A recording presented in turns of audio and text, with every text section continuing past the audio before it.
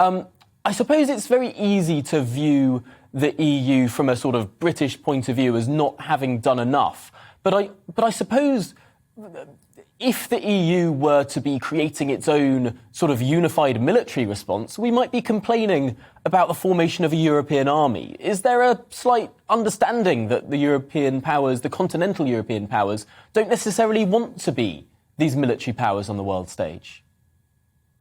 Well, I mean, I think that I wouldn't say that was a given, because for some time, before the Brexit vote, many people in the Leave campaign made the point that an EU army seemed likely, and that was written off as kind of propaganda and a sort of moral panic to incentivise people to vote Leave. But actually, since the referendum, the idea of some kind of combined military structure has been talked up by Ursula von der Leyen and all sorts of other leading lights in the European project. So I don't think you can fully dismiss it. And I mean, I think you summed it all up very well there, that the crisis has shown the extent to which the European Union is divided, unable to agree even on economic sanctions, let alone on the potential military support.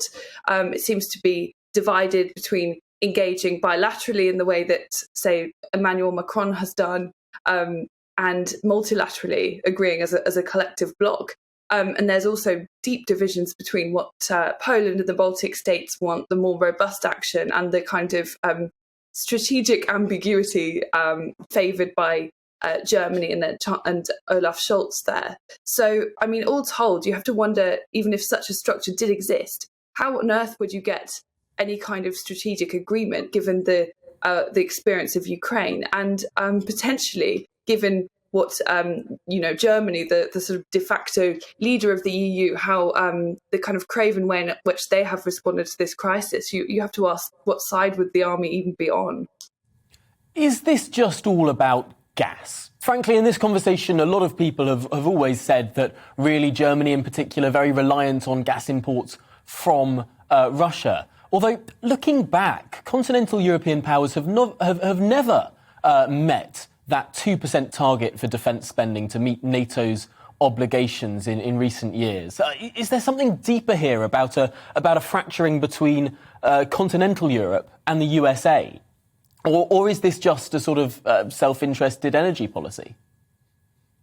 It's a mixture of things, as always. I mean, gas clearly plays a huge role. I would say it goes further than simply the reliance, although the reliance, the fact that Germany has allowed itself to get into this position, having had ample warning about the true nature of Russia, has done little to kind of diversify its sources and has pushed ahead with Nord Stream 2. That suggests a real complacency.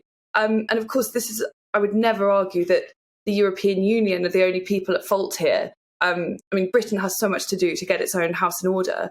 For decades, London has been a playground for all sorts of dubious people associated with the Kremlin.